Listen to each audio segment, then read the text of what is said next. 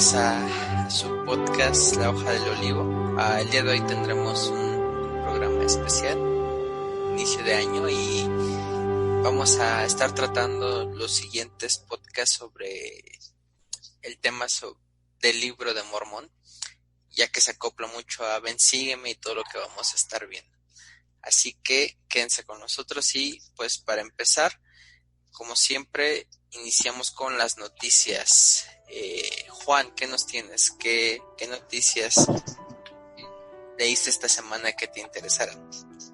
Bien, a mí hubo una noticia que me interesó bastante, que fue un discurso del Elder Holland que se llama El Señor preparó al mundo para la restauración, y me llamó la atención porque si bien es un mensaje tradicional sobre la restauración y trata de elementos sobre la invención de la imprenta, sobre la preparación de ciertos predicadores para restaurar el evangelio y parte del entorno donde creció José Smith, aún siento que repite mucha de la propaganda protestante, en el cual no todo lo que ahí se menciona es totalmente correcto de manera histórica. Entonces yo creo que como santos de los últimos días deberíamos de quitarnos un poquito la tradición protestante a la hora de narrar la restauración.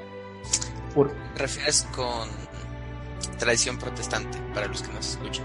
Sí, la tradición protestante es aquella que dice que ellos se escindieron del catolicismo tratando de buscar la pureza de los días anteriores, de enfrentarse a una iglesia que los oprimía, buscar la libertad y la justicia, que hubo una iglesia que persiguió a esos como herejes y que fueron los principales promotores de traducciones de las escrituras. Y todo ello no es tan cierto. De hecho, la reforma protestante, el elemento central por el que a veces se habla de ellos es, por ejemplo, Lutero y sus 96 tesis colgadas afuera de su iglesia, pues esa es una leyenda urbana. La tradición de que los protestantes fueron los principales promotores de traducciones también es parte de una leyenda urbana que se enseña muy a menudo y que no corresponde al trabajo que se hizo con las escrituras mucho antes de la reforma y durante el proceso del descubrimiento de la imprenta. De hecho, hubo una versión anterior de la Biblia en alemán antes de Lutero. Y poner, por ejemplo, el texto cita a William Tyler, que fue uno de los promotores de la reforma en Inglaterra. Y de la Biblia en inglés, ¿no? Y de la Biblia en inglés, pero él escribió un libro que se llama La obediencia de un hombre cristiano, que es el que le escribió a Enrique VIII, pero ni Enrique VIII se hizo protestante porque fuera una persona piadosa, ni esa persona fue condenada por sus cuestiones religiosas, sino fue encarcelado y condenado a ejecución, no por traducir la Biblia, sino por aliarse a la rebelión de Inglaterra contra los gobiernos centrales. Y así como esas hay un montón de tradiciones de la historia que se nos pasan como verdades históricas, pero en realidad no se corresponden con los hechos históricos. De hecho, los protestantes fueron mucho más agresivos en la persecución de personas no católicas. Personas no católicas y de católicos. Mientras que existía un procedimiento existía la Inquisición como un procedimiento judicial, el protestantismo era la turba la que realizaba este tipo de actos. Y bueno, Lutero fue un gran valedor de las oligarquías feudales alemanas y en contra del proyecto integrador en ese entonces del rey Carlos V.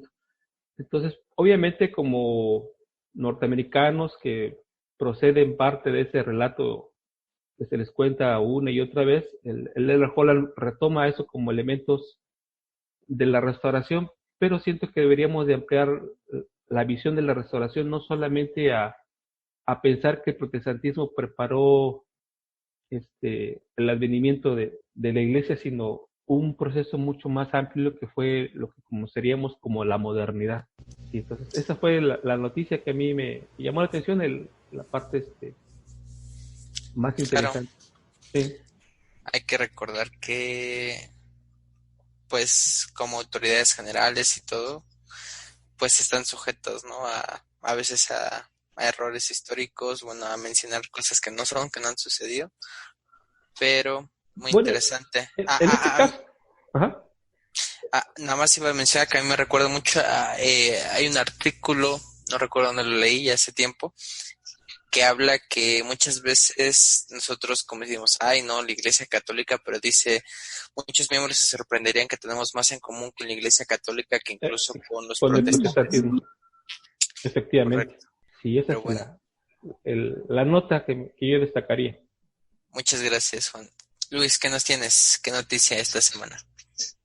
Bueno, lo que me llamó la atención fue la noticia que me llegó, ¿no?, por un grupo de WhatsApp acerca de los ajustes en la ropa ceremonial del templo, ¿no? Ya mencionaba que, bueno, el día de hoy no ha salido una publicación, una carta de la primera presidencia sobre cambios en la ropa del templo, ¿no? En la ropa ceremonial.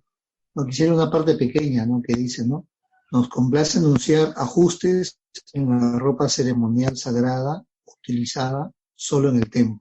Estos cambios en la ropa no modifican la doctrina del templo ni su simbolismo, sino que están diseñados para mejorar la experiencia de los miembros en el templo y hacer que la ropa ceremonial sea más fácil de usar, cuidar y comprar. Entonces me parece interesante, ¿no?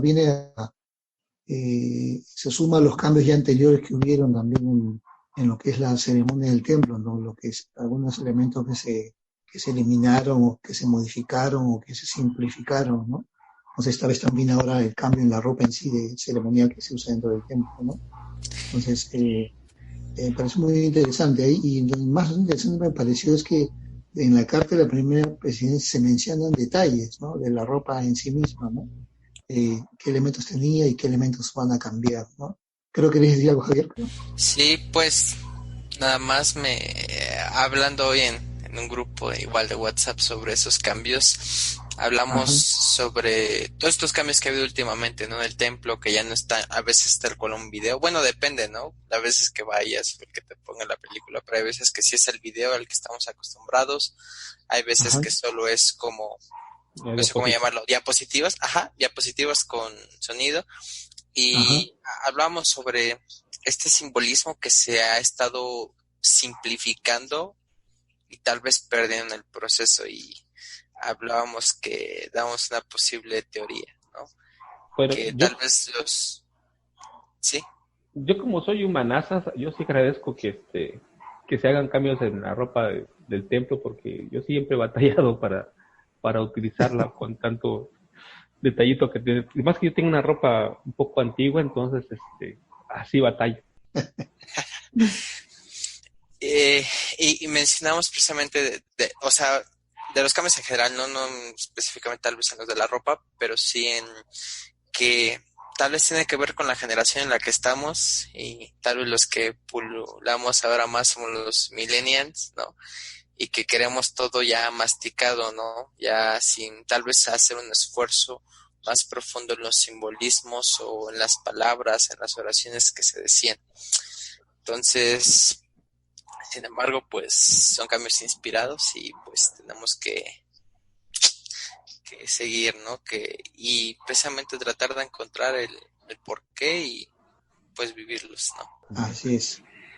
Sí, solamente eso quería compartir en cuanto a esto de los cambios, ¿no? Solamente para terminar, decir que yo creo que, como tú bien dices, ¿no?, creemos en la revelación continua y que continúa, ¿no?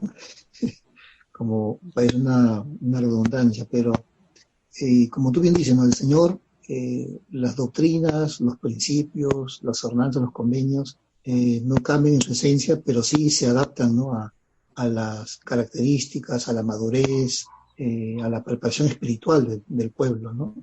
Yo creo que tiene que ver con eso, tal vez, ¿no? Correcto. Sí, yo creo. Eso por mi parte en cuanto a lo que es noticia. Ok. Yo, como noticia de esta semana, pues bueno, yo te lo voy a relacionar un poco con lo que vamos a ver, ven, sígueme. Hay una aplicación nueva que la he estado probando, que está muy buena, que salió para Android, solo estaba para iOS, y se llama Scripture Plus. Es un proyecto de Book of Mormon Central y usa las escrituras. Es como una biblioteca del Evangelio, solo que enfocado solo a las escrituras. No tiene los otros manuales ni nada. No puedes subrayar ni nada, pero te ayuda a estudiar las escrituras. Cada versículo trae como ayuda extra, ¿no? Como te dice quién está hablando ahí, te dice, te relaciona los videos a los nuevos videos del libro de Mormón, por ejemplo. Te menciona varias citas de tal vez autoridades generales que se basan en esos versículos y igual tiene links a estudios de ellos propios y te da más fuentes. Y es interesante la forma en la que está estructurado. Ellos tienen un permiso, un acuerdo con la iglesia, usan la traducción del libro de Mormón y si vienen los versículos, viene dividido como por párrafos, como si fuera un libro que estás leyendo, que por párrafo, por ideas, como que lo va dividiendo, y también ya tú puedes escoger si quieres que las escrituras se te muestren como las palabras que hablan de la deidad marcadas en rojo, también marcado en rojo ideas o cosas características de la deidad, ¿no? Entonces es interesante porque te ayuda a darte cuenta de que se vea más evidente este ejercicio que tal vez a ustedes también les tocó la misión de lean un libro de Mormón y marquen el nombre de Cristo todas las veces que aparece o algún título, ¿no? Y lo hace, y creo que es una propuesta interesante. Aún le falta algunas cosas. El que está más completo es el libro de Mormón, pero están, creo, igual trabajando con Doctrina y Convenios. Entonces es una noticia que apenas salió esta semana. Entonces, pues... Y realmente es una real versión de estudio, ¿no? O sea, porque tiene mucho recurso, es ¿no? más enfocada como estudio. Yo pensé que ibas a poder igual ahí subrayar y hacer tus notas y al principio dije, bueno, es como una réplica, ¿no? Pero no, en realidad sí es solo como una guía de estudio que te puede ayudar y que de ahí puedes copiar y hacer tus notas, ¿no? Cosa que sí puedes hacer en la biblioteca del Evangelio, que añades notas, cruzas referencias y todo. Es un proyecto, una propuesta interesante. Entonces, si quieren probarla, adelante. Sí, lo estoy probando. Muy buena realmente. Es un muy buen recurso. Bueno, con esto terminamos la sección de las noticias y vamos a la blogosfera, donde vamos a hablar sobre, para los que nos escuchan por primera vez, es una sección donde hablamos sobre los blogs o de autores sud o sitios, ¿no? que nos dan un poco más de luz sobre conocimiento. Juan, ¿qué leíste esta semana? Yo tengo dos sitios que me han parecido interesantes. Uno se llama Compare.cdc, que es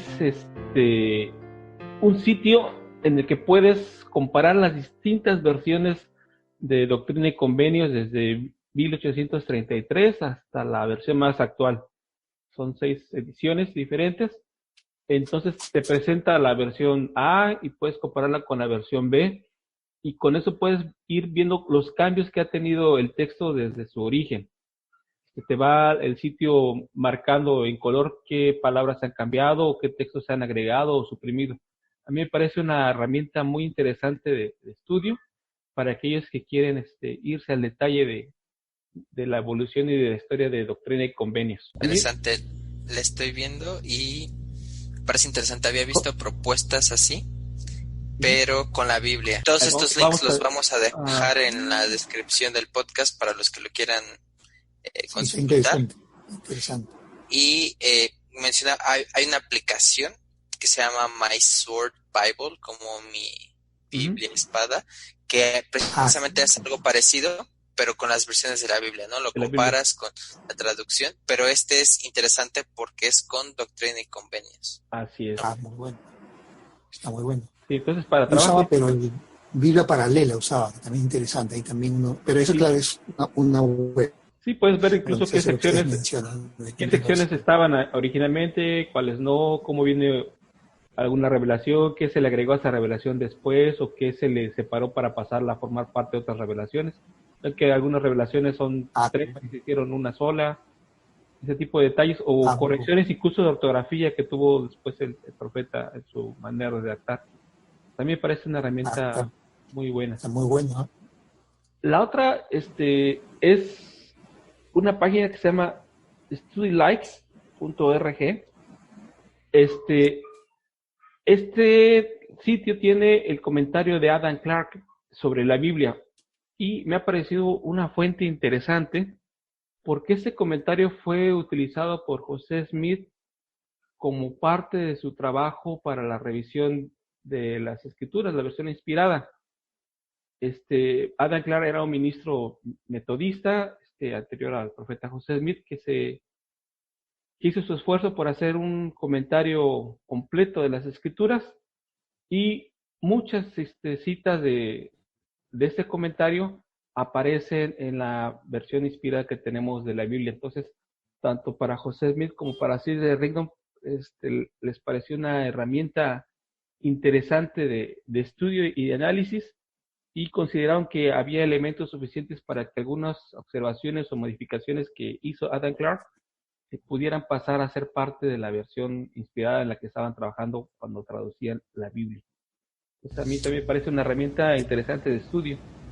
Sí, es muy interesante. De hecho, si no me equivoco, en Jesús el Cristo también cita mucho a Adam Clarke, ¿no? Sí, varias de estas secciones. No, decía si creen que esto podría haber sido como un catalizador. Yo creo que tiene que ver con nuestro contexto, cómo entendemos la restauración, ¿no? Muchas veces creemos que restaurar se perdió. Se perdió todo y lo vamos a poner. Se perdió todo y lo vamos a poner así todo súper nuevo y nos va a llegar todo a nosotros. Pero creo que a medida que estudiamos más la historia de la iglesia nos damos cuenta que el Señor nos va guiando. Un proceso, ¿no? Es un proceso, ¿no? Y que creo que tiene que ver con esto que Josephine Smith enseñaba en Doctrina de Salvación, cuando él da la respuesta de por qué Juan va y ordena a José Smith para que se bauticen el uno al otro y después por qué se vuelven a ordenar, ¿no? Dice, y se bautizan, o sea, ¿por qué no simplemente él fue, los bautizó y ya después los ordenó? Y dice que es contra el orden de los cielos, ¿no? Que un ángel o un mensajero haga más por nosotros de lo que nosotros podemos hacer por nosotros mismos. Y creo que tiene que ver con eso, el proceso que hay para una restauración. Creo que se va tomando de estas partes y se va formando. Sí. Yo creo que sí puede haber sido un catalizador y que influyó para esta... Adam Clarke era un ministro metodista muy respetado y un erudito en su tiempo, y su comentario era de lo más destacado. O sea, no era un documento que estuviera por ahí oculto o que nadie conociera, era un documento que muchos ministros utilizaban en ese entonces. Entonces, José Smith, al tener esta fuente de estudio y de investigación, así como ahora nosotros tenemos los sitios que acaban de comentar de Scriptures Plus, pues algo así. José Smith tuvo la oportunidad de ver esos comentarios y al leerlo dijo, bueno, esa traducción me parece correcta, pues forma parte de la versión inspirada, ¿no? Entonces, pues fue parte de su trabajo de estudio. No fue la única fuente, pero obviamente que cuando él y Sidney Rigdon se dedicaron a hacer ese trabajo de revisar la Biblia, pues tuvieron que llegarse todo tipo de fuentes, desde la versión King James, comentarios, sermones, discursos y su propio conocimiento teológico.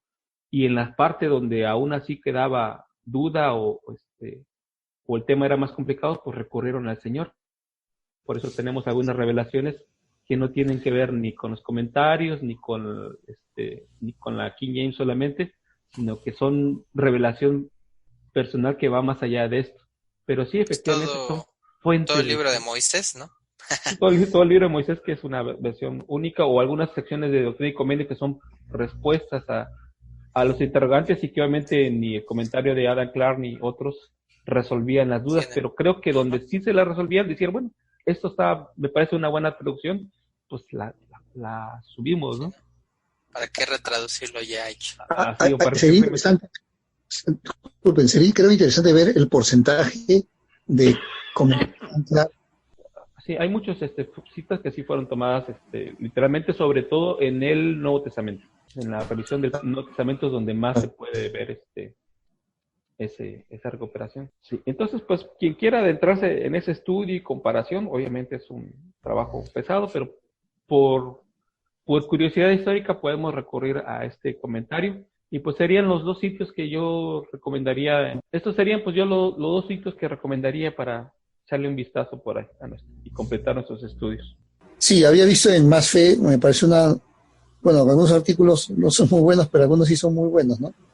Y había visto uno que se basa en una investigación, en un estudio. Dice, estudio revela que las misioneras retornadas son excelentes líderes en sus trabajos. Entonces, ¿Cómo? ¿A poco? sí, Sí, son bien mandonas, ¿no? por eso, ¿no? No, nos van a escuchar las misioneras y no nos van a querer seguir Es bueno que sean muchos.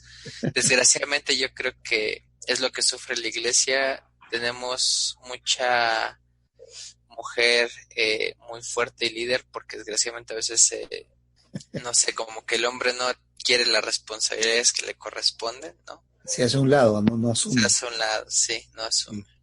Sí, bueno, me pareció interesante porque dice es un estudio del 7 de enero de 2020 y dice que fue hecho por una profesora de liderazgo organizacional en la Woodbury School of Business de la Universidad de Utah Valley.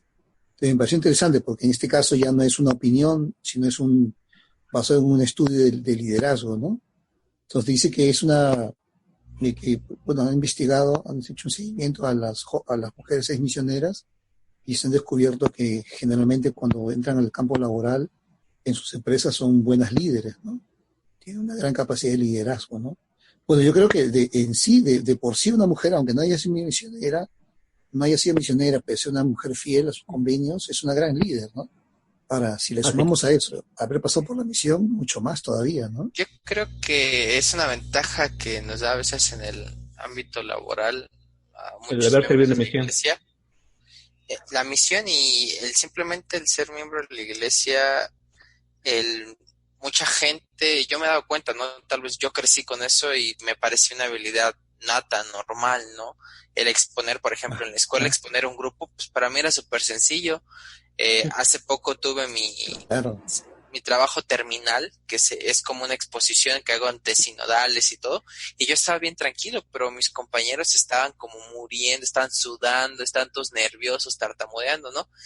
Y es algo que la iglesia, como quieras o no, te va preparando, ¿no? El preparar un discurso, hablar ante una congregación de 200 personas. Buscar fuentes, leer. Sí, claro, ¿no? O sea, por ejemplo, yo... Pues claro que me daba miedo, pero en mi primer discurso que yo recuerdo fue a los 12 años. No, a los 12, ¿no? ¿A poco no pasaste el programa de la primaria? Fíjate que fui inactivo gran parte de la primaria. Me bauticé, fue un tiempo y después nos inactivamos como de los 10 a los 12. Entonces cuando yo regresé, ya fui Ya era así. Sí, ya era hombre joven, ya era diácono, entonces no tengo muchos recuerdos de la primaria, ¿no? Pero sí, o sea, yo lo veo y es una ventaja, ¿no? Que te da y te prepara, y más si sirves en posiciones de liderazgo y todo, pues sabes cómo dirigirte, consejos de barrio, sabes cómo tratar los asuntos, cómo delegar, planear, organizar, ¿no? Entonces... Y si eres secretario hasta finanzas, ¿no? Sí, no, afortunadamente no me ha tocado. Pero sí, bueno, yo con respecto a la blogosfera, a mí me gustó mucho un artículo que leí, es un poco corto, se encuentra en temployeternidad.blogspot.com. Sí. Claro. El artículo se llama La investidura y el sueño de la I, que está un poco relacionado. Sí, eran hablar en público, manejo de conflictos, coraje, habilidades interpersonales y resolución de problemas. Son las 5 habilidades o capacidades que han descubierto o que han investigado, ¿no? Que han descubierto en este estudio. Me parece muy interesante, ¿no? Muy Sí, interesante. Bueno, verdad. continuamos. Comentaba yo que esta semana lo que leí que me gustó mucho se llama templo y eternidad.blogspot.com, que está relacionado con lo de Ven, sígueme, es la investidura y el sueño de Leí. Y habla de cómo hay estas relaciones. Y me gusta además leer una cita que viene del Elder John A. Wisdow. Dice: la investidura dada a los miembros de la iglesia en los templos tiene varias divisiones. Primero, hay un curso de instrucción relativo al viaje eterno desde su comienzo hacia su posible destino glorioso. Entonces, son establecidas las condiciones con las cuales ese viaje sin fin puede avanzar en su curso. Aquellos que reciben esta información hacen convenio de obedecer la ley de progreso eterno, lo cual da vida al conocimiento recibido. Finalmente, se estipula que un hombre a veces debe dar un informe de sus actos y probar posesión de conocimiento divino y de obras religiosas. Es una serie de ceremonias muy hermosa, lógica e inspiradora.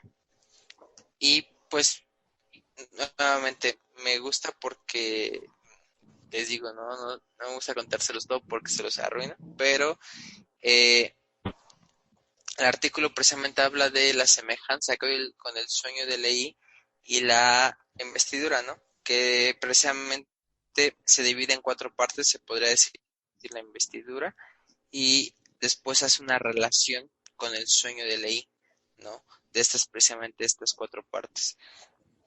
Entonces, para los que lo quieran leer, está muy, muy interesante. Y bueno, y que hayan sido investidos para que le entiendan, ¿no? Pero, pues eso yo creo es todo por la blogosfera. Y pues vamos a la sección, a la última sección, antes de entrar al tema principal del libro de Mormón. Bueno, pues vamos a nuestra penúltima sección, antes de ir al tema principal, que es el libro de Mormón. Y el tema es Ven, sígueme, de esta semana. Y Juan, ¿qué nos tienes? ¿Qué nos puede ampliar tu estudio? Bien, yo quería escoger particularmente la experiencia de otros testigos del libro de Mormón. Tenemos el testimonio de los 3 testigos y tenemos el testimonio de los 8 testigos, pero no fueron las únicas personas que tuvieron la oportunidad de convivir o tener experiencias relacionadas con el libro de Mormón.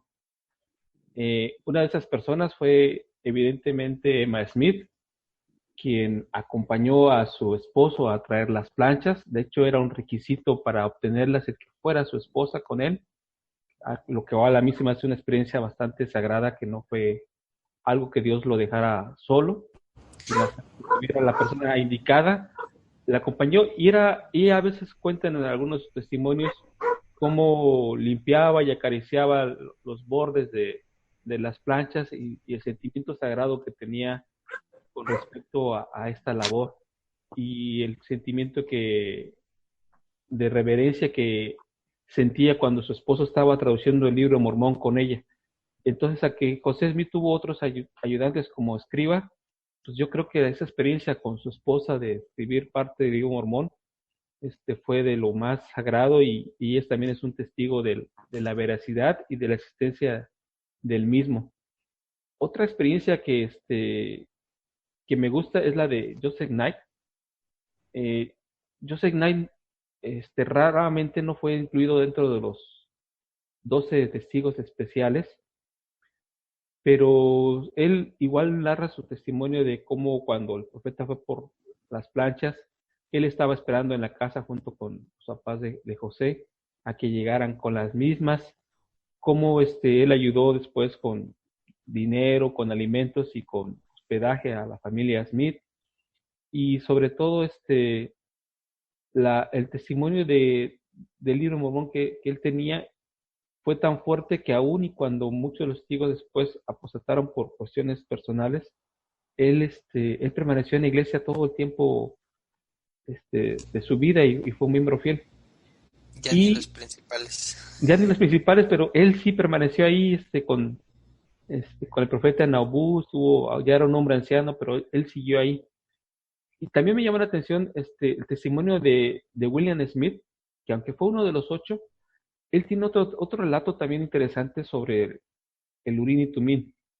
y él narra que bueno, que su hermano hizo la traducción por medio del Urim y Tumim, y cuenta que en cierta ocasión José le permitió que se pusiera el Urim y Tumim. Dice que él agarró, describe cómo estaban unidos las piedras a través de unos aros, y cómo se montó todo, la indumentaria y el pectoral para eso, y cómo se puso parecido como unas gafas, el Urim y Tumim.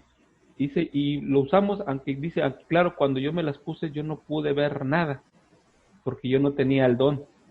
Pero esa experiencia de que, pues de que se puso toda la indumentaria para traducir y utilizar el Urim y Tumim, a mí se me hace uno de los testimonios más interesantes y muy poderoso, porque nos habla de otro objeto relacionado con el libro mormón, aparte de las planchas. Y entonces es una evidencia física de que hubo otras personas que interactuaron, sintieron, vieron, y disfrutaron de ese testimonio. Y a mí han parecido testimonios muy interesantes. Sí, ¿no? Y yo creo añade más luz, ¿no?, a esto, que muchas veces, es que se les pagó a los testigos o tenían algo, fue una conspiración. Pues estos testigos extra como que desmienten eso, ¿no? Nos ayudan a ver que pues hubo más gente que no se apartó de la iglesia, que no nada, y que siguió ahí. Así es. Entonces, Luis, ¿qué nos tienes de esta semana de Ven, Sígueme? Sí, justo se dio una situación especial, ¿no? En el grupo que tengo de Conocer Misioneros, ¿no?, de mi misión, había uno que hizo la pregunta, ¿no? ¿Por qué no se tiene tanta información sobre Sam, ¿no? A pesar que también fue un hijo fiel de Leí, ¿no? De las hermanas de Nefi, ¿no? También, ¿no? Y así, ¿no? O sea, porque no hay algunos detalles sobre la vida de, ¿no?, la familia de Leí, o los primeros años de la colonia de Leí aquí en América, ¿no? Y justo en lo que nos toca esta semana, que es en Primer Nefi, bueno, específicamente en el capítulo 10, ¿no? Ya después del sueño de Leí, habla lo que dice Nefi acerca cuando habla de los dos juegos de los juegos de planchas, ¿no? Lo que conocemos nosotros como las planchas mayores y las planchas menores, ¿no?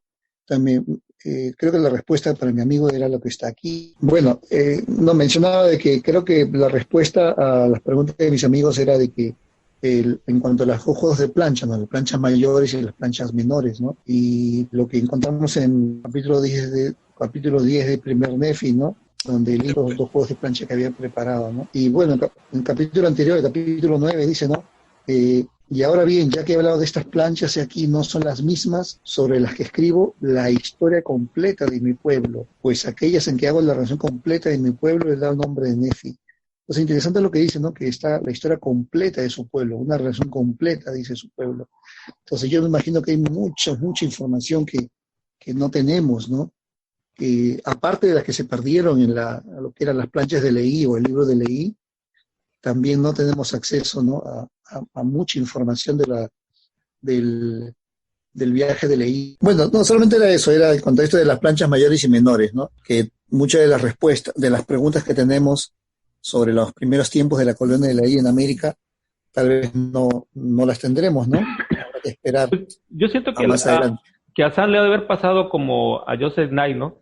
Eran de esas personas que son tan buenas, tan nobles, tan fieles y obedientes, que a lo mejor no son los líderes más destacados o los que hacen la historia, pero son los que finalmente permanecen y trascienden, ¿no? Sí, posiblemente, ¿no? Y hacen la labor al final, ¿no? Sí. Por ejemplo, tampoco conocemos mucho de Samuel, el hermano del profeta José Smith, nada más que fue el primer misionero y quien murió relativamente joven, pero pues igual porque era una persona muy buena, ¿no?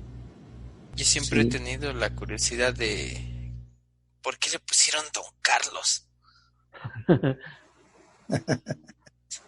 Pues ese don es como de Donatello. ¿Sí? Sí. No es de don de mi español. Ya eres un don. Pero bueno. Sí, ¿no? Don Besitos. Yo... Está más feo el de Sofronia, ¿eh? No.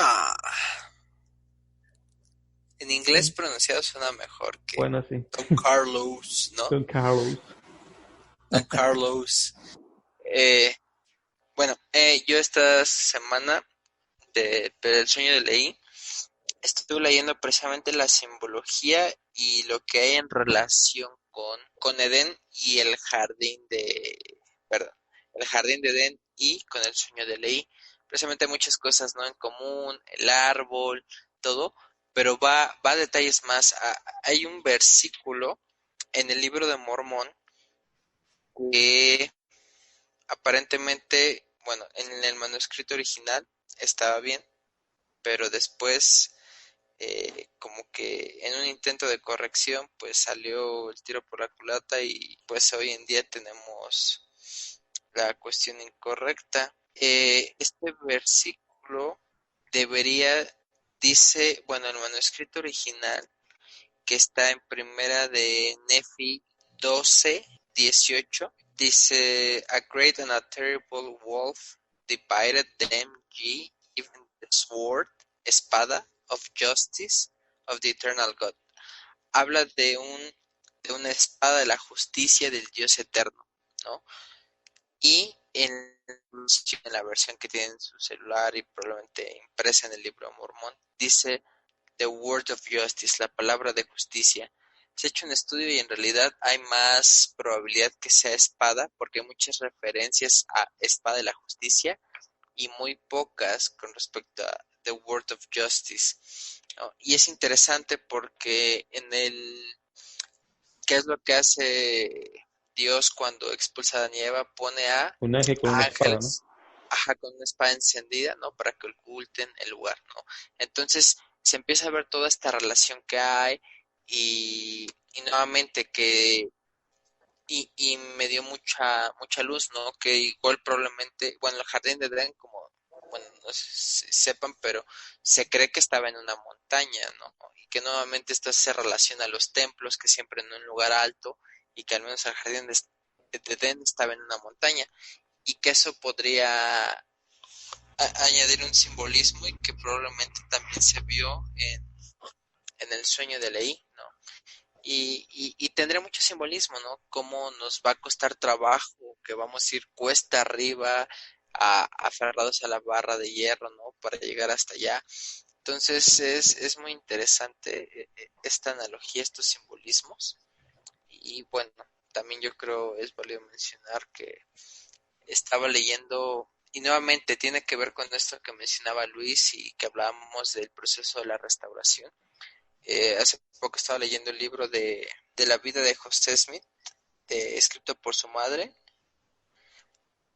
y ella menciona y va relatando, bueno, dentro de muchas cosas interesantes, relata que el papá de José Smith tuvo un sueño, y es muy parecido al sueño de Leí. Tiene sus diferencias, no significa nada. Obviamente el sueño de Leí es mucho más profundo, pero una de dos, o qué tanto es la restauración en que se basó y que usó esas imágenes en el proceso de la traducción, o cómo en realidad, pues sí, Dios en realidad puede manifestar ese sueño a las personas. A mí me tocó ir en la misión, gente que antes de leer el libro Mormón habían tenido sueños un poco parecidos a eso, entonces, pues ahí está interesante. No sé si ustedes sepan algo más sobre eso. Eh, un comentario nada más, ¿me escuchan? Sí. Sí, bueno, de esto de que si es espada o es la palabra de Dios, es interesante que en las escrituras se compara al espíritu con la espada, pero también en las escrituras en Deuteronomio 33 se compara a la palabra de Dios, dice que cuya palabra es viva y poderosa, más cortante que una espada de dos filos, ¿no? Entonces, en todo caso, están relacionados, ¿no? Los dos simbolismos, la espada con la Sí. palabra de Dios también, ¿no? Sí. ¿Tú, Juan, algo que quieres agregar? Sí, yo además quisiera agregar que el simbolismo del árbol, de la vida, es un simbolismo yo creo que universal y que de una u otra manera está presente en diversas expresiones culturales y como parte arraigado de una forma de adoración o de religiosidad. No sé qué tanto haya influido el papá de José Smith o José Smith en el papá, porque es un relato que ya se escribió tardíamente Sí. y Y de y la memoria. de la memoria, y que realmente ya cuando tienes recuerdos tardíos pues, incorporas lo que ya conoces o lo que ya se ha manejado a algo que se pareció, ¿no? Sí.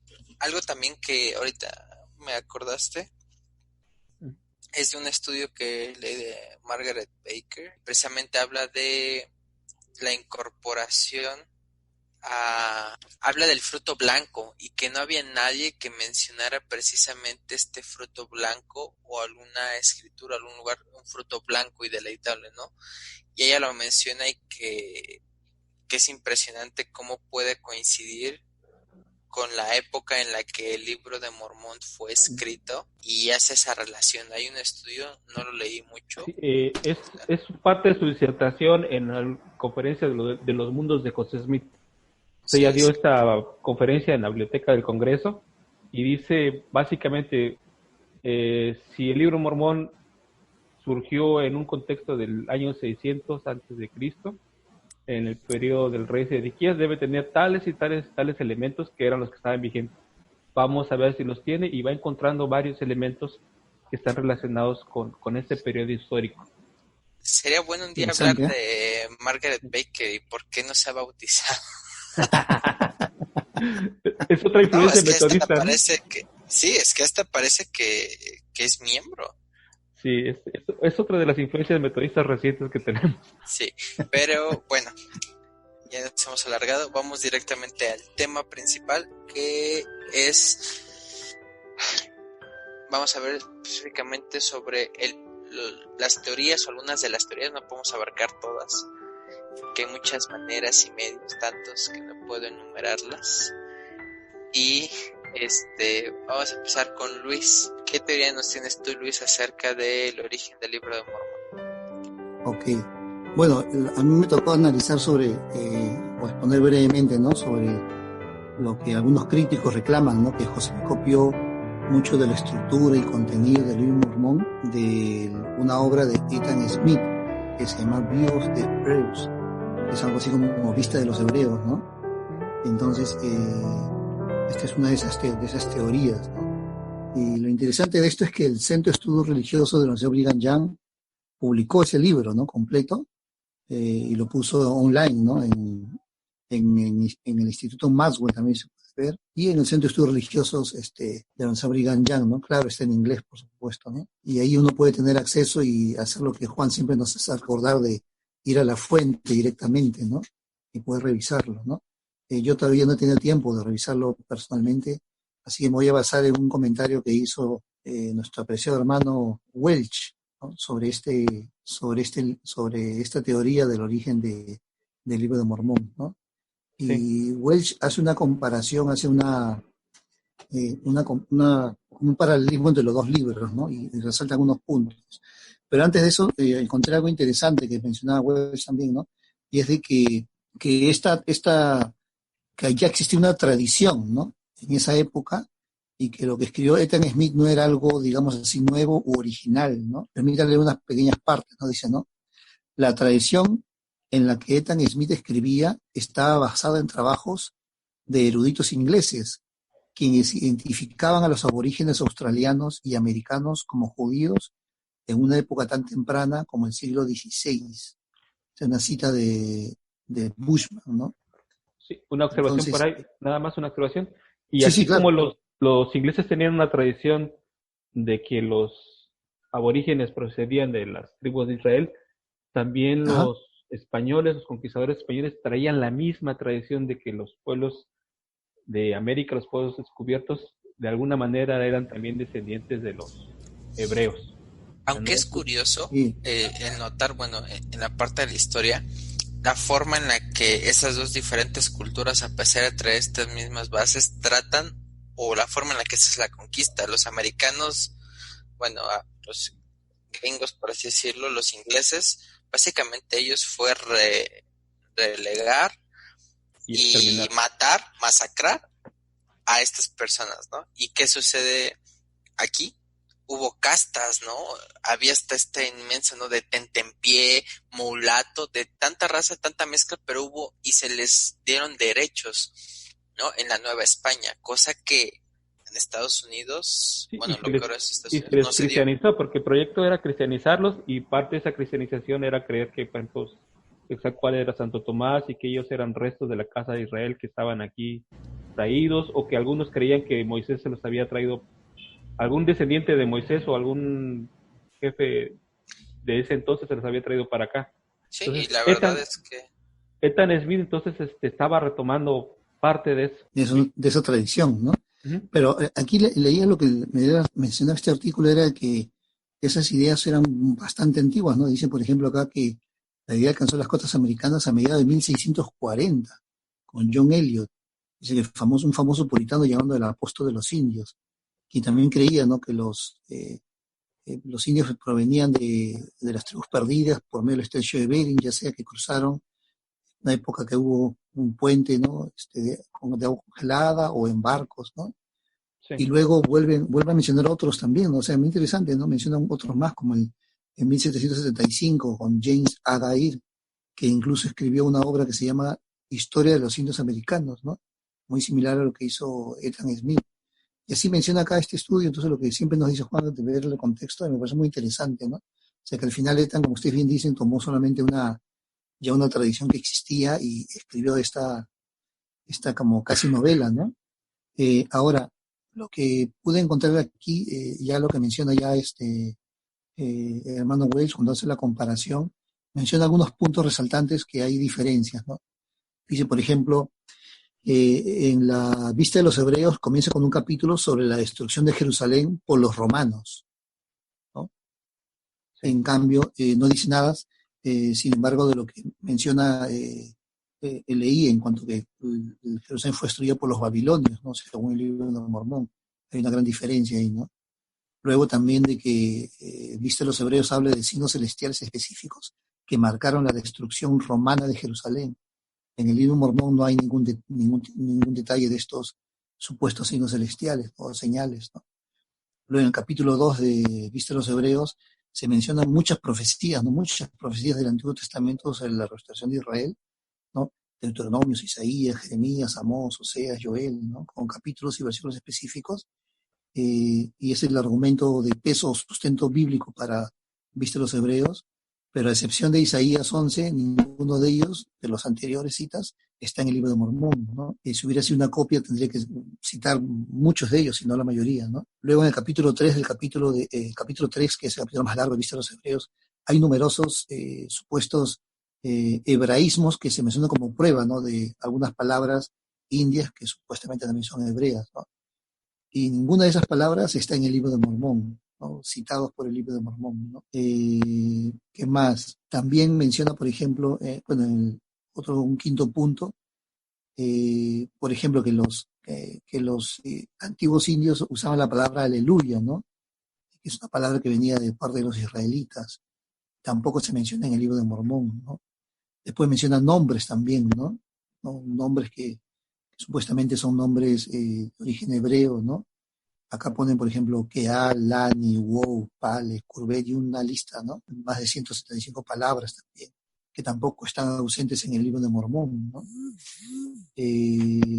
Después menciona que al igual que los hebreos, que los indios también llevan unas cajas pequeñas en sus batallas, ¿no? Que sería una remembranza del Arca de la Alianza que llevaba el pueblo de Israel cuando iba a las guerras, ¿no? Entonces este elemento también está ausente en el libro de Mormón, en las batallas que se mencionan en el libro de Mormón por parte de los nefitas, ¿no?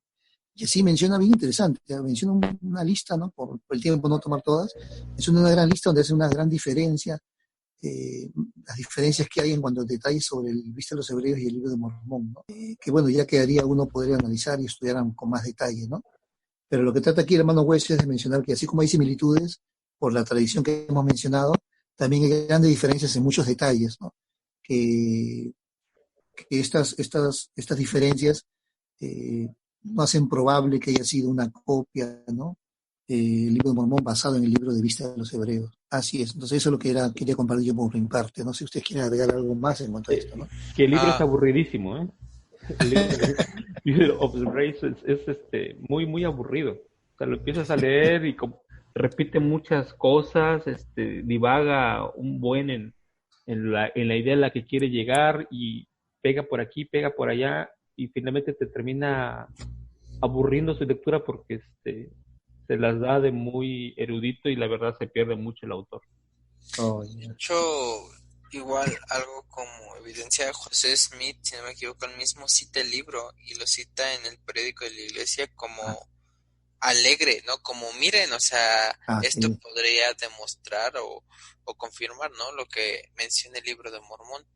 Si hubiera sido un fraude, si él hubiera querido, o si más bien si lo Que, hubiera copiado, pues ni siquiera ajá, hace referencia, ¿no? A ese libro. que además es su vecino. O sea, Ethan Smith vive cerca del vecindario del profeta José Smith y durante la preimpresión del libro mormón y sus primeras publicaciones, nadie en la comarca dice, ay, ese se parece al libro de Ethan Smith, sino por el contrario, miren, otro más de los que trata Son del mismo tema. críticas posteriores, Son no de la críticas, época, ¿no? pero no, Así es. y de hecho la crítica va a aparecer ya muy tarde Siglo XIX, ¿no? por Campbell, no por Campbell, Alexander Campbell va a tratar de hacer las primeras uniones al respecto, pero casi como 3 años después de la aparición del libro mormón y cosas así, y hablando que toda esa gente vivía en el mismo vecindario, o sea, no eran un desconocido por acá. O sea, creo que Sí, Ethan y sus seguidores podían haber dicho desde, ay, ese se parece a mi libro, o no, pero a nadie se le ocurrió, en ese momento a nadie se le ocurrió. sí, es muy tonto. De hecho, tiene que ver con lo que yo voy a hablar ahorita. Yo voy a hablar sobre el origen de Solomon Spaulding, que el manuscrito, ¿no? Que para empezar es un manuscrito que ni siquiera está terminado. Entonces, bueno, es curioso y voy a tocar un poco de historia. Los críticos iniciales del libro de Mormón tomaron una de las dos posturas. Uno, el libro de Mormón era una falsificación torpe y obvia sobre la cual ninguna persona inteligente perdería el tiempo. Y dos, José Smith fue el obvio autor del libro de Mormón, ¿no? Muchos decían, no, es una tontería, no sirve, cualquiera que lo lee, todo. Pero después, irónicamente, con la aparición de la teoría de Spalding, los críticos rápidamente comenzaron a afirmar que José Smith no pudo haber escrito el libro de Mormón y atribuyeron escrito el libro de Mormón a Spalding, ¿no? Y generalmente a Sidney Rigdon. Entonces, es interesante notar la admisión de los críticos después de lo que mencionan, ¿no? La forma en la que se contradicen. Pasaron de, es una tontería el libro, es muy obvio que José Smith lo escribió y después dice, no, es que en verdad José Smith era muy ignorante, no pudo haber escrito un semejante libro así. Entonces, esta es una de las primeras teorías que se empiezan a formular con respecto a él. Y bueno, la teoría de este origen es que, bueno, va más o menos así. Spalding era un clérigo calvinista, decaído un poco y era un autor. eh, la traducción del libro es más o menos Constructores de Montículos y es como una, si no me equivoco, es una novela como romántica, romance, y eh, la teoría postula que Spalding escribió un manuscrito en forma como bíblica, lo leyó a muchos de sus amigos y después llevó el manuscrito a Pittsburgh, donde cayó en manos de un señor Patterson, donde trabajó en una oficina con Sidney Rigdon y que a través de Sidney Rigdon llegó a manos de José Smith y se convirtió en la base del libro de Mormón. Entonces, o sea, elaboradísima la historia, ¿no? Porque para empezar, bueno, después el manuscrito no estaba completo, ni siquiera se tenía y empezó a surgir como una fuente como, Rumor. un rumor, ¿no? Y empezó a tomar fuerza, ¿no? Es que es ahí cuando ni siquiera se tenía, ¿no? Y después cuando sale, pues se dan cuenta que no se parece, ¿no? Y hay tres problemas principales con esta teoría, ¿no? Una, el registro indica que Sidney Rigdon se enteró del libro de Mormón por primera vez con Parley P. Brady, que fue el que lo bautizó, ¿no? Y Rigdon no conoció a José Smith hasta diciembre de ese mismo año, ¿no? Porque, bueno, en 1830, ¿no? Y de hecho es curioso, hay una cita de la hija de Sidney Rigdon donde primero Sidney maldecía, ¿no? Como el libro, jamás voy a leer una cosa así, ¿no? Como enojado, indignado. Y después, y él dice que juró nunca haber conocido el libro de Mormón. Y hay que notar que pues él dejó casi toda su vida como ministro y su sustento por unirse a la iglesia, ¿no? ¿Por qué haría algo así? Pero bueno, y el segundo, ahí nos han tratado de irse por la tangente, diciendo que hay una segunda parte, que hay un segundo manuscrito y Quiero que se que ese parecería, es ¿no? en el que se basó, ajá, que ese es el que se parecería. Pero sería muy tonto pensar que escribió un segundo manuscrito cuando ni siquiera terminó Terminé el el primero. primero. Entonces, pues, no tiene mucho sentido su historia, ¿no? Y pues el otro es que el supuesto manuscrito de Spalding no fue presentado para su análisis porque nadie sabía dónde estaba o si existía. Hasta en 1884, Lewis L. Rice recuperó el manuscrito auténtico de Solomon Spalding titulado The Manuscript Story, bueno, no sé cómo se pronuncia. Lo escribió en Honolulu, en Hawái, y lo llevó a la biblioteca de Oberlin College en Ohio, ¿no? Y entonces la historia acaba apenas si se parece al Libro de Mormón. De hecho, los primeros en publicarlo fue la Iglesia Reorganizada de Jesucristo de los Santos de los Últimos Días, hoy en día Comunidad de Cristo, en 1885, y después la Iglesia también lo vuelve a retomar y pues lo obtiene, ¿no? Entonces, pues es muy curioso, ¿no? Porque incluso varios críticos del Libro de Mormón rechazan esta teoría. Dicen como, pues no tiene sentido, ¿no? Es muy tonto creerlo. Entonces, este es uno de los primeros intentos que se hacen para desacreditar el origen del Libro de Mormón y que llegan a contradecirse. Creo que dentro de ellos estaba Alexander Campbell, que primero decía que era un libro tonto, muy mal hecho, que todo, y después como dice, no, es que no lo hizo él, no, él no pudo haber hecho, era muy tonto, ¿no? Y todos lo atribuyen a Sidney Rigdon, ¿no? Sí. Entonces, muy interesante De también. hecho, esta teoría viene de un libro que se llama Mormonismo Desvelado, de Everett Holt. Él era miembro de la iglesia y hacia 1834 apostató de la misma, molesto, y ya sabes, siempre que sale un antimormón es que ha sido antes miembro de la iglesia, ¿no? Y él va a publicar en esa historia la primera versión de, hey, el libro de Mormón se lo fusilaron a Spalding. Y la persona que le va a publicar su librito a Heber Holt va a ser precisamente Alexander Campbell, que era una persona interesadísima en desacreditar al mormonismo desde sus orígenes. Y aparte bastante dolido porque se había llevado a su mano derecha, que era Sidney Rigdon, ¿no? Entonces, este sentimiento de molestia de parte de Alexander Campbell y le va a llevar despechadamente a publicar este libro, que la verdad es un libro bastante hilarante y con un montón de historias inventadas, pero que va a tener mucho éxito entre las primeras formas de hacer antimormonismo, ¿no? Entonces, de Sí, ahí, cuando ni 1800, siquiera tenían el pero va a ser hasta 85, imagínate. 1834 es cuando va a aparecer esta teoría. O sea, los primeros 4 años nadie en el Sí, vecindario trata sobre el tema. lo peor es que se creyó esta teoría hasta 1885 que se descubre el manuscrito y se compara, o sea, imagínate, ¿no? O sea, cuántos años y mucha gente dice, no, es que de seguro es eso, ¿no? Pero bueno, yo creo que tiene que ver con la cultura y bueno, no estábamos acostumbrados a la disponibilidad de documentos que hay, ¿no? Hoy en día. Pero es interesante cómo los antimormones, poco informados, todavía continúan citando lo mismo, ¿no? Y estaba leyendo, no sé si será cierto, dicen que incluso el mismo escritor antimormón, Fan Brody, en 1946 también rechazó, decía, esta teoría, ¿no? Como absurda, ¿no? Sí. Sí, Bueno, hay muchos.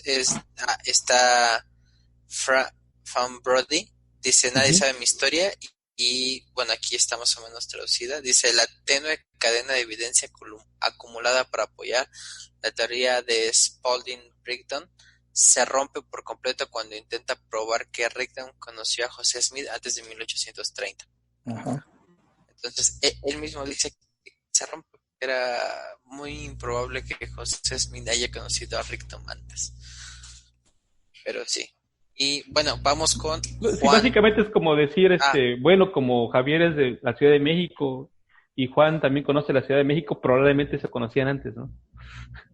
Algo así, sí, algo así no, es esa pero es teoría. que esta teoría está más loca porque dice, o sea, tú oíste a alguien que te leyó algo y esa persona Algo, como tomó el manuscrito y se fue y en el trabajo coincidió con Rigdon y Rigdon lo tomó y después dijo, no, sí voy a crear una iglesia y voy a hacer esto en base a este pergamino, Y voy pero a no ser lo voy a hacer secundario. yo, sí voy a ser secundario porque, o sea, Porque yo no sé, lo... pero bueno, muy tonto, pero bueno. Muy divertido. Ahora sí, vamos con el tema de Juan, que va a ser muy interesante e iluminador. Dinos, Juan. Bien. Bueno, yo quisiera empezar con un breve cuento. Imaginemos que estamos por allá del año 550 antes de Cristo.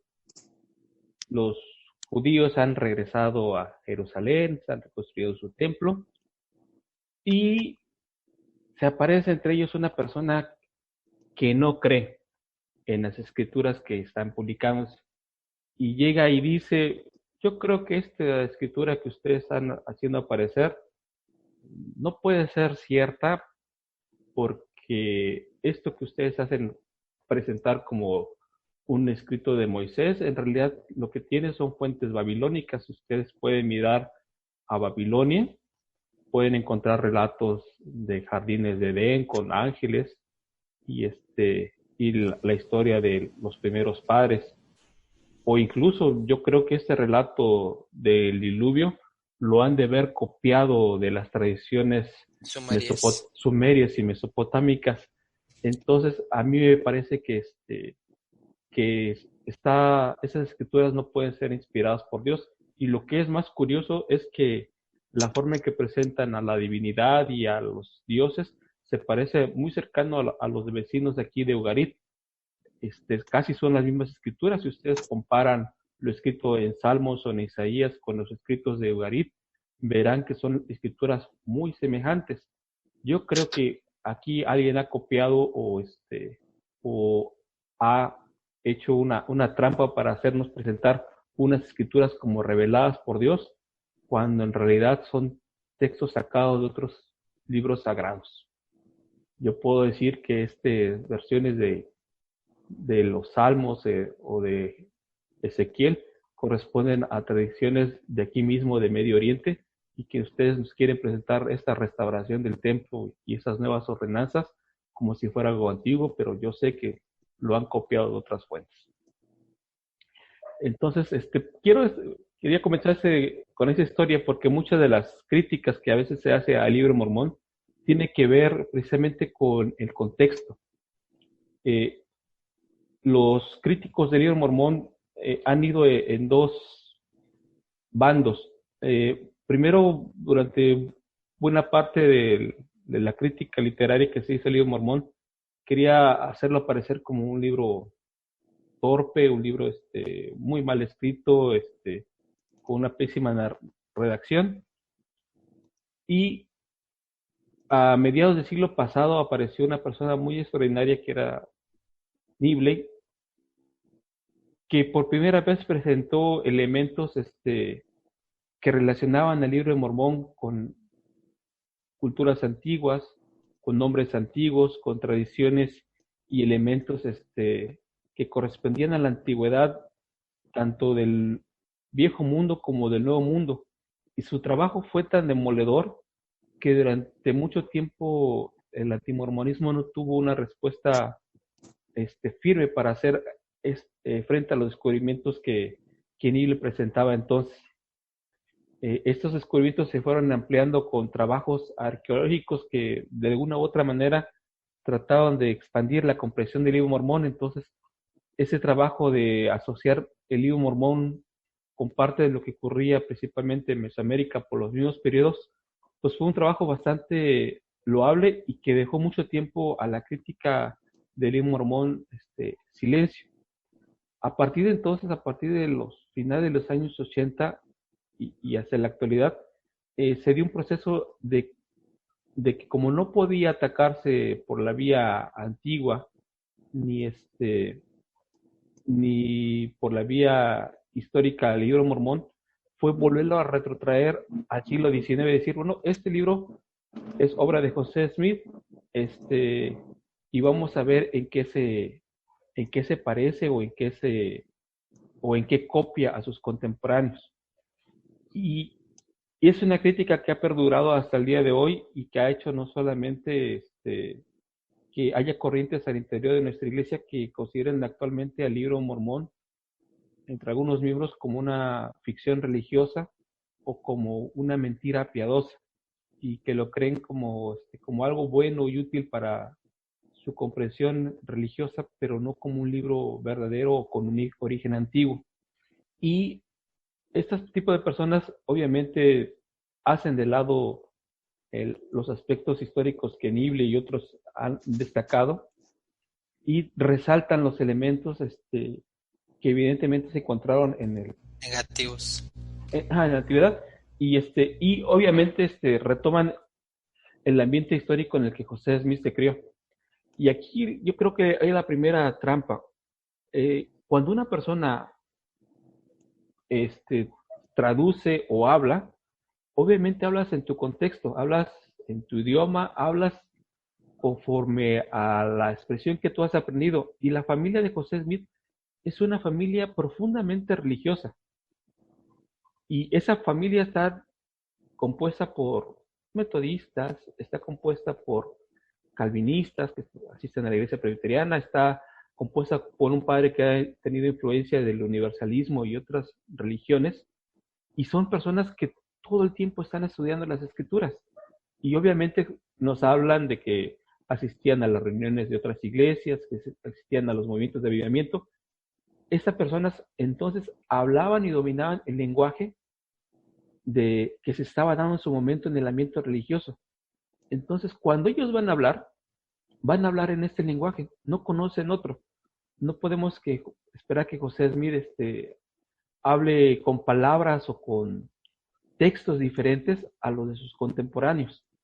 Por el contrario, si José Smith nos presentara un texto que no tuviera el lenguaje de sus contemporáneos, yo creo que sería realmente bastante sospechoso. Y sería sospechoso porque cuando uno ve los textos antiguos de Mesoamérica, si uno ve una estela o alguna vez ve algún códice antiguo, efectivamente hay partes que van a tener algunos nombres o fechas y nos van a dar la idea de qué trataba. Pero en realidad casi todo el lenguaje de escritura de Mesoamérica es un lenguaje de símbolos, de imágenes. Son historias para contarnos un acontecimiento, pero no está escrito ahí el acontecimiento. Por ejemplo, cuando uno ve el códice de la peregrinación, que se refiere a la historia de los aztecas, de Aztlán, que salen desde Aztlán y llegan hasta Tenochtitlan, ahí no dice, y salieron en tal fecha, recorrieron ahí. Sí, todo está representado. Son saliendo. Son un montón de figuras, y la persona que leía esto era el que contaba el relato. Y lo contaba y lo reinterpretaba al momento del que se encontraba. José Smith, cuando se va a enfrentar al libro mormón, él no va a encontrar un alfabeto como el griego o el latino, ni siquiera plenamente como el hebreo. Va a encontrar imágenes y va a encontrar ideas. Cuando se va a enfrentar a él, lo va a enfrentar como se enfrenta a un códice. Veo una idea y esa idea yo la voy a pasar a como se habla actualmente. Y si esta idea de un árbol de la vida se parece al árbol de la vida que yo conozco, pues lo voy a traducir a mi entender y a mi comprensión actual. Entonces, Ostler, uno de los estudiosos del libro mormón, señala que esto sería ver al libro mormón como una expansión tanto de un texto antiguo como de elementos modernos. Y por eso vamos a encontrar en el libro mormón muchos elementos que son modernos en el sentido del uso del lenguaje y en el sentido de las discusiones que van a encontrarse ahí. Y bueno, ¿qué se discutía en la época de José Smith? Se discutía la cuestión arminiana, se discutía la cuestión calvinista. Pero alguno va a decir, oye, se fusiló el lenguaje de los calvinistas, los arminianos. Pero a la gente se le olvida que el lenguaje de los calvinistas y de los arminianos es lenguaje cristiano. Un lenguaje que se está discutiendo desde por lo menos la época de Pablo hasta nuestra actualidad, conceptos como la gracia, la fe, la salvación por las obras o la salvación por la justificación, etcétera. Y todos esos términos que aparecen en los sermones originalmente son términos que vienen de toda la tradición cristiana. No se originan en el siglo XIX, aunque hay formas de usarlos en el siglo XIX. Y la otra es que como seres humanos, nosotros basamos nuestra cultura, gran parte de nuestra cultura, en mitos y leyendas. Y las reescribimos una y otra vez. Superman, por ejemplo, es un mito reescrito de un salvador que desciende al mundo, que es puro e inigualable a los demás. Pues es cristianismo puro. Bueno, en este caso es judaísmo, ¿no? Porque lo escribieron dos judíos. Sí. Pero bueno, viene de esa misma tradición y uno lo puede ver atrás y ves a Hércules representado. De hecho, aquí quiero decir las cosas. Una, deja buscar la escritura, no me acuerdo bien dónde está, pero dice que todas las cosas en realidad son símbolo de Cristo, todas las cosas que están, ¿no? Y la otra es de este psicólogo muy famoso, Jordan B. Peterson. Él tiene una serie de lectures, no sé cómo traducirlo, lecturas, de la Biblia, pero de un punto de vista psicológico. Y te habla de estos conceptos que precisamente han estado siempre ahí, ¿no? Y que en cierta manera los mitos ayudan y siempre reflejan una realidad más alta del ser humano. Y tiene que ver con esto que tú dices, ¿no? O sea, estos mitos nos lo estamos contando, nuestro teatro, nuestras películas se basan en lo mismo. Todas estas películas de superhéroes, un villano, una causa, el héroe, todo esto sí. No es nuevo, ha estado siempre, simplemente lo vamos repitiendo y tal vez adaptando y añadiendo conceptos de nosotros, pero pues en realidad siempre ha estado ahí. Es lo que Joseph Campbell va a llamar el camino del héroe. Él identifica que hay ciertos elementos en nuestras estructuras narrativas que se repiten en toda la narrativa occidental. Y esto no va a ser diferente en la aparición del libro mormón. Ahora, ¿qué significa que aparezcan textos protestantes o de ministros protestantes en el libro mormón? Hay algunos textos atribuidos a John Edwards, o a Samuel McClintock, o a Timothy Dyke, o algunos otros autores como David Ramsay, que son muy parecidos a textos que aparecen en el libro mormón. Por ejemplo, algunos de ellos, vamos a leerlos. En el caso de Edwards, él tiene textos que se parecen mucho a la discusión de Leí con sus hijos sobre la dicotomía entre el bien y el mal. Hay otros textos que se parecen, por ejemplo, al discurso del capitán Moronis cuando habla sobre en defensa de nuestra fe, de nuestras familias, de nuestro país y de nuestra religión, en defensa del amor y el honor y de nuestras esposas, de los hijos. Debemos de tomar el estandarte de la libertad. Y dice, oye, pero ese se parece a lo que dice el capitán Moroni. Bueno, es parte de lo que decía Timothy Dyke en su discurso sobre la Revolución Americana. Y cuando uno empieza a buscar ese tipo de textos, va a encontrar que hay muchos parecidos entre ellos mismos y otros autores que repiten la idea.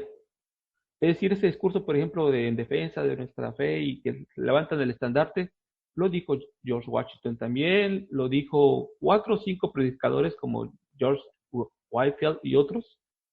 Van a tener la misma terminología y la misma idea. ¿Se lo fusiló José Smith para crear un relato del capitán Moroni? No, pero encontró elementos similares y lo que hizo fue pasarlo al lenguaje que la gente utilizaba.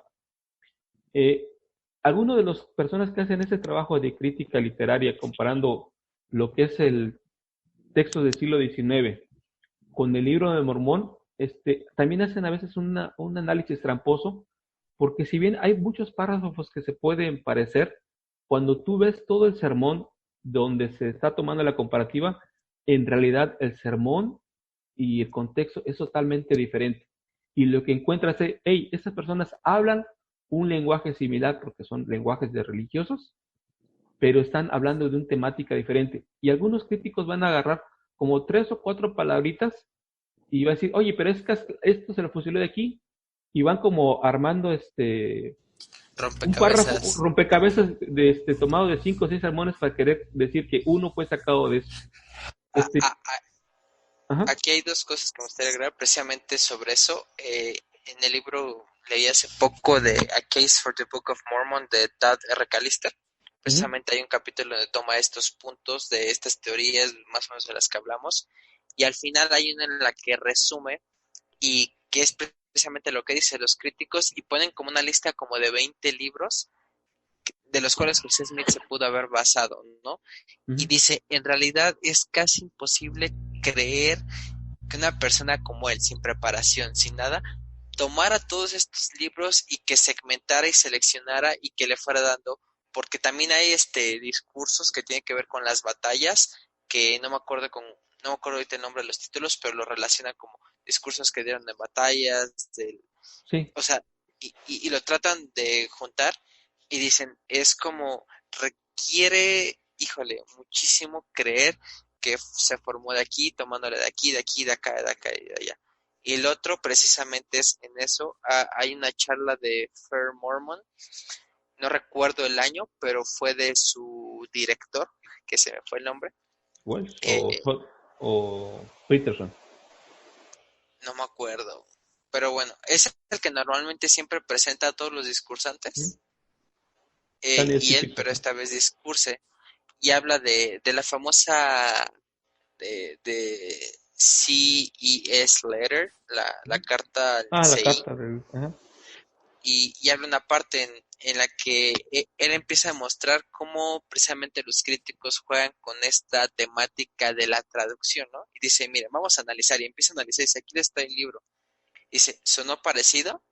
Y dice, un poco, ¿no? Dice, pero les voy a decir por qué sonó parecido, porque de esta página se fue a tal página, después a tal página y después, y empieza a hacer la ruta de que en realidad no se parece nada de nada, ¿no? Y dice, las comparaciones que se hacen son absurdas, pero cuando te lo ponen en el libro y entre corchetes y 3 puntitos y después otros 3 puntitos, pues van formando las Van ideas. parecidos. Se- se- Obviamente así se parece, pero en una comparación real, nada que ver, ¿no? Ahí está. Este, A ver, hay, por ejemplo, Bushman, a veces es citado por los críticos del libro Mormón, que dice él que, bueno, si buscamos en internet fases del libro Mormón, en textos del siglo XIX los vamos a poder encontrar. Pero no citan todo lo demás, análisis que hace Bushman al respecto, diciendo, pero porque esto forma parte del lenguaje cotidiano en su día, porque a pesar de que hay elementos que se parecen y son muy similares, el contexto y la forma en que fueron utilizados los sermones son totalmente diferentes. Entonces, y aquí el punto más interesante de esto es que la gente contemporánea a José Smith jamás le dijo, oye, esto se parece a los sermones de Edwards, o esto lo acaba de, yo se lo escuché a John Wesley, que eso lo acaba de leer en mi libro. Este, Ninguna de las críticas al libro Mormón durante la época contemporánea del profeta José Smith le achaca jamás que sus sermones o Sean robados. fueran tomados o robados de ahí. ¿Y por qué no se lo achacan? Porque así hablaban todos. Entonces no le pueden acusar de algo cuando todos hablan igual y no van a notar que es que es algo diferente. Entonces, esa crítica que parece a veces de Tener entrada, si peso. tú la ves así, dices, mira, se parecen mucho, y ya, pero son como 20 o 50 textos que se parecen mucho al libro Mormón. Sí, pero léete realmente los sermones y es un cachito de ese sermón, otro cachito de otro sermón. Tendrías que pegar todos para que más o menos se parezca al relato. Algo que se describe.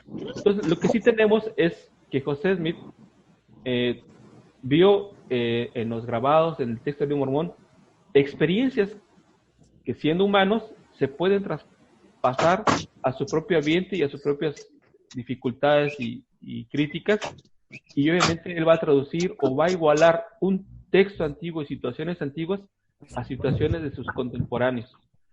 Y finalmente esa discusión no es una discusión nueva, es una discusión que ya B.H. Roberts hace casi 100 años ya había planteado diciendo, hey, yo veo algunos textos de Edwards que se parecen al libro Mormón y que sería interesante que los analizáramos para ver la composición literaria y lingüística del libro Mormón. Y lo dejaron así. Actualmente algunos críticos lo recuperan con esta forma de distraer, haciendo creer que el texto pudiera haber sido un plagio, porque así hablan de plagio, cuando en realidad solamente estamos hablando de usos del lenguaje y estamos hablando de que los mitos, sobre todo los mitos religiosos, siempre tienden a repetirse y a pasarse al lenguaje actual. Así como el mito del diluvio fue adaptado a los judíos contemporáneos para que ellos pudieran identificarlo con Noé o algún otro personaje, y muchos otros elementos del panteón de Ugarit que se parece a los judíos, pues solamente fueron adaptaciones para que la gente pudiera comprender en su tiempo. Y finalmente quiero decir que lo valioso del libro Mormón, independientemente de su composición literaria, es el contenido que él expresa como verdadero. Es decir, vamos a encontrar elementos a veces del Nuevo Testamento en el libro Mormón también, y vamos a encontrar discusiones que son para nosotros, porque el propósito principal del mismo es presentarnos la verdad sobre los temas universales e importantes del cristianismo desde antes de Jesucristo hasta nuestra época. Y obviamente ese va a ser el relato que va a presentarnos el momento. Fíjate que a mí también me llama la atención. Hace tiempo estaba pensando precisamente en este tema y me vino a la mente, no sé si recuerdas este discurso de Bruce R. McConkie, el último discurso que dio antes de morir, muy famoso. Este discurso de Bruce R. McConkie, en el que precisamente él menciona algo como lo siguiente, y estoy parafraseando, no lo tengo ahorita.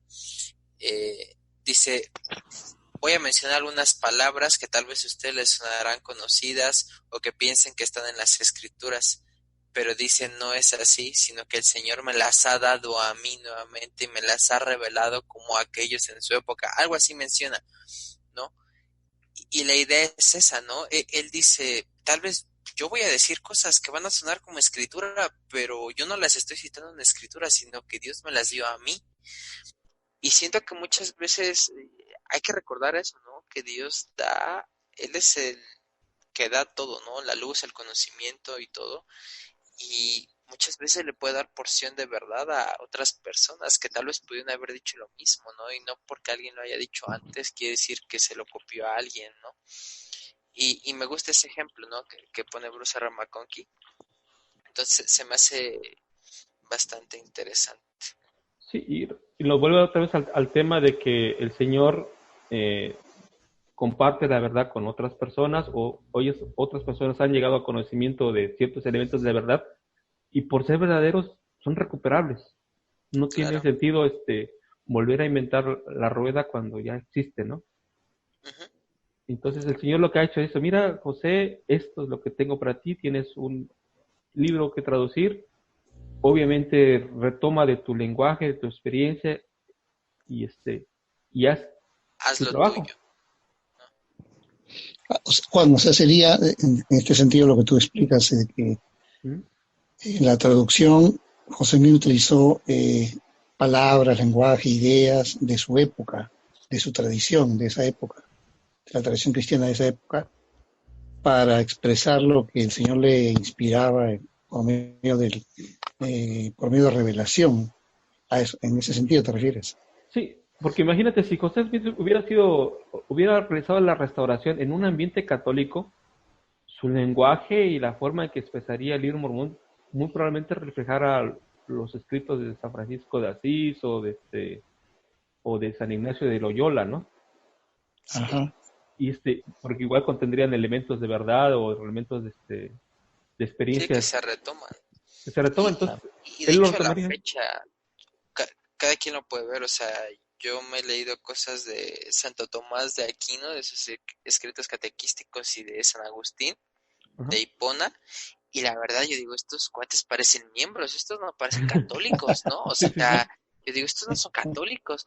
O sea, ya de repente ves otras cosas que dices, no, pues esto sí está como muy apóstata, ¿no? Pero muchas Pero cosas muchas cosas son... sí son iguales, o sea, y a mí me Claro, en impresiona todo caso, cómo esa claro, gente tuviera acceso, cómo tenían esta luz, o cómo en verdad, a pesar de que no estaba la plenitud del Evangelio, tenían este deseo que de Dios les conocer la verdad. permitía conocer algunos de sus misterios, ¿no? Así, y yo creo que la clave está en la misma revelación que da el señor a José Smith cuando le dice, a y veces somos un José, poco como que... ¿sí? Sí, Luis. No, sí, sí, sí.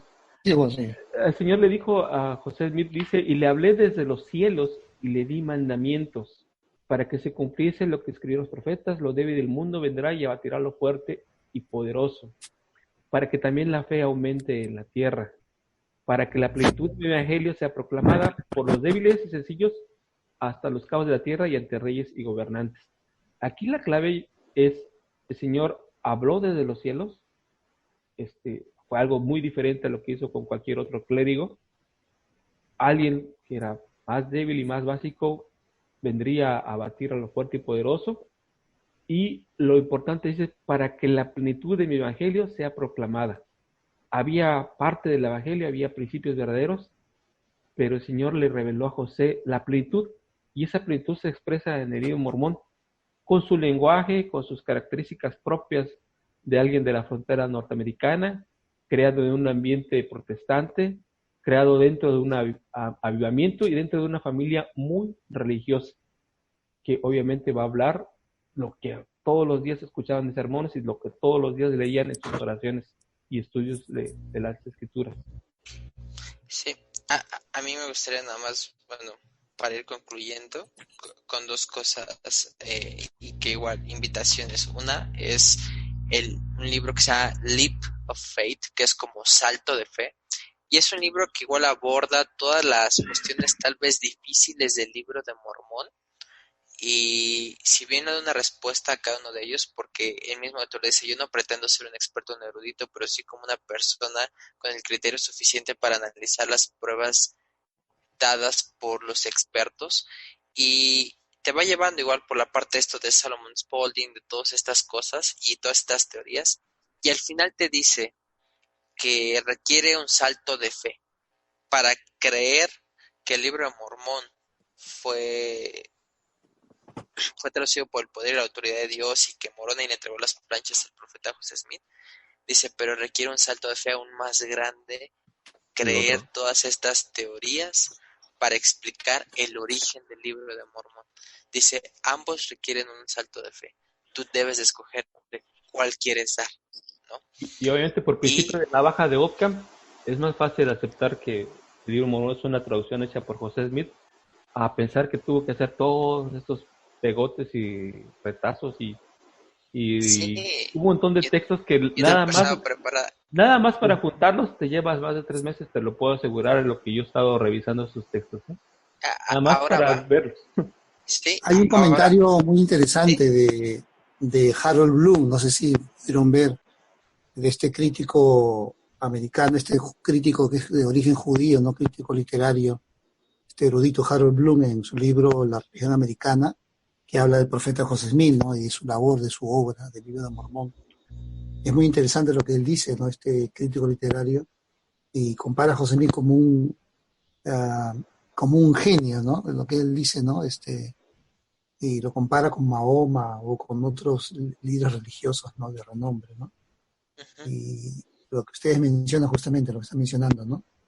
De que la obra que hizo el profeta José Smith es asombrosa, lo que propuso no solamente con el libro Mormón, sino con la religión que él reveló, ¿no?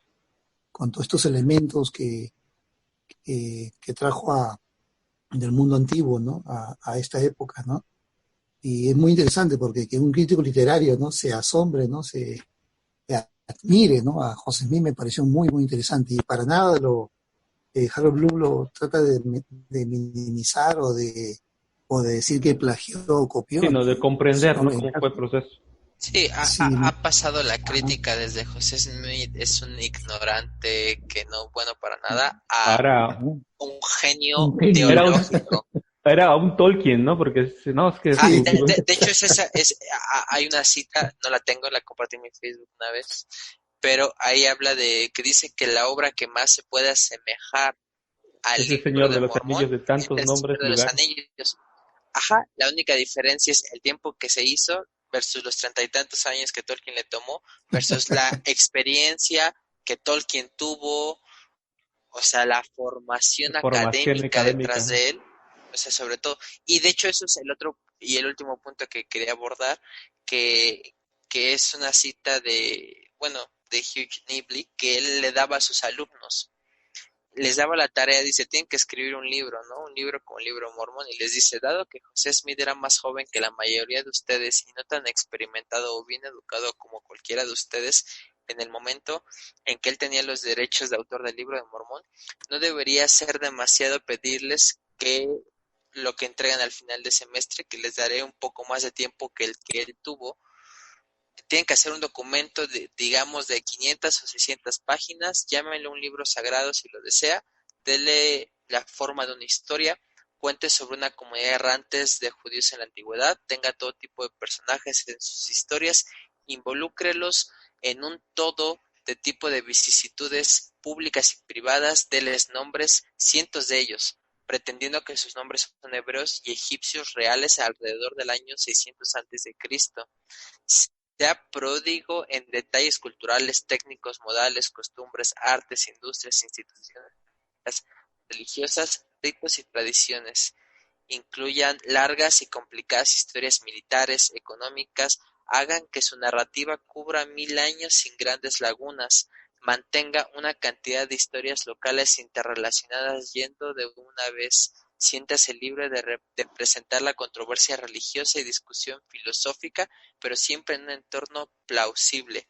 Observe las convenciones literarias apropiadas y explique la derivación y transmisión de sus variados materiales históricos. Sobre todo, nunca te contradigas, pero ahora llegamos a la parte realmente difícil de esta pequeña tarea. Tú y yo sabemos que estás inventando todo esto. Tenemos una pequeña broma, pero de todos modos, eres tú al que se le pedirá que publique el trabajo cuando lo termine, no como ficción o romance, sino como una historia verdadera. Después de entregarlo, de ser posible que no se realice en él algún cambio. En esta clase siempre usamos la primera edición del libro de Mormón, entre paréntesis, ¿no?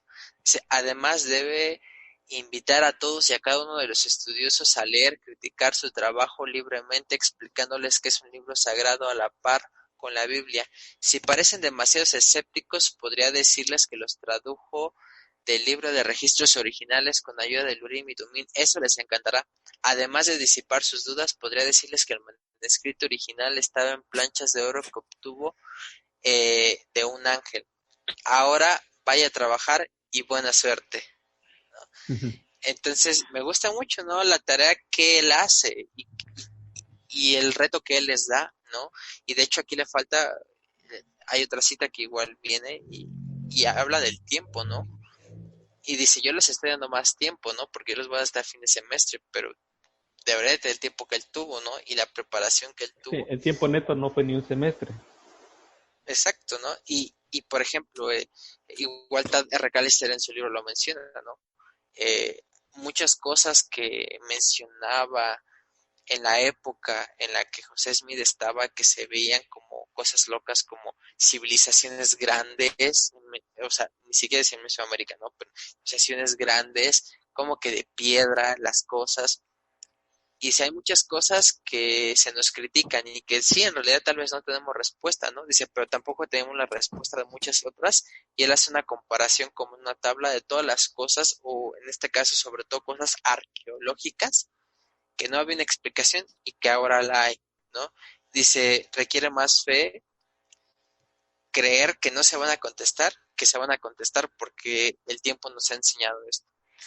Y Así es es. eso, ¿no? Con lo que a mí me gusta, me encanta, que, y dije que ya para terminar, pero nuevamente, hay un discurso de Bruce R. McConaughey, súper bueno, el libro de Mormón, que él dice, Este, hay dos formas de saber que esto es verdad. Dice, yo le voy a hacer un reto, un desafío. Haga una tabla y una comparación y ponga todas las doctrinas que enseña la Biblia y ponga al lado lo que enseña el libro de Mormón sobre esa misma doctrina. Dice, usted no tardará en darse cuenta que los discursos de Alma son mejores que los de Pablo y no tardará en darse cuenta de la expiación y de todo esto.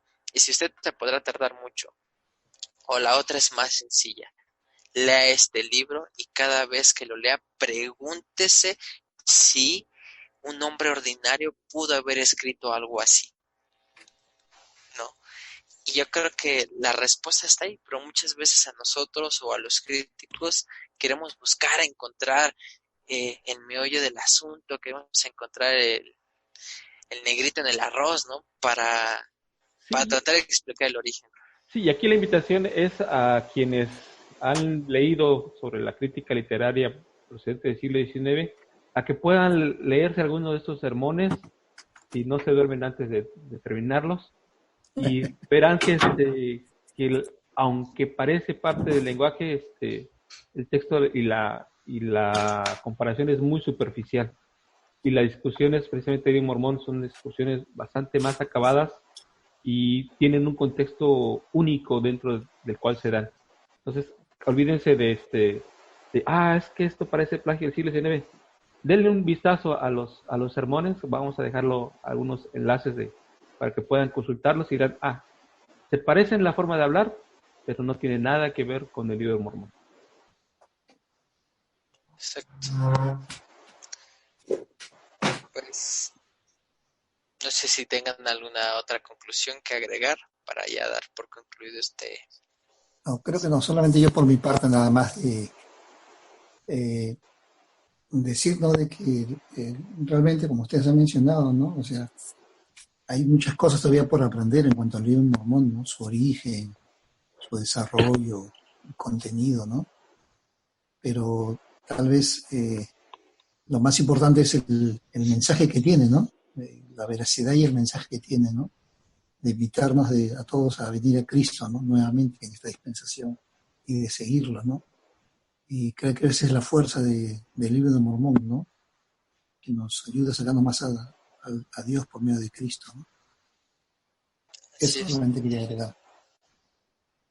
Gracias. Juan, Sí, pues igual mi invitación es a que podamos a leer el libro Mormón, que podamos aceptar el desafío de escudriñarlo y saber y volver a sentir cada uno de nosotros este año que es un libro verdadero que milagrosamente está con nosotros y que fue traducido por el don y el poder de Dios.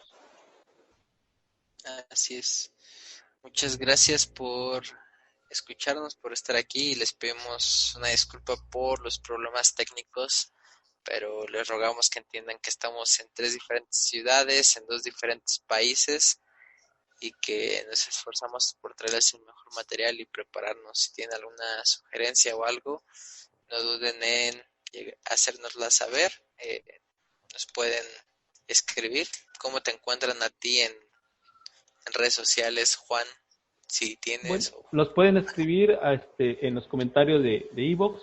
Ahí pueden dejar sus comentarios sobre sugerencias y críticas que quisieran hacernos. También nos pueden visitar en la página web que es lahojadelolivo.net. También pueden dejarnos ahí sus comentarios. Correcto. Bueno, pues muchas gracias por escucharnos. Hasta luego. Hasta luego a todos.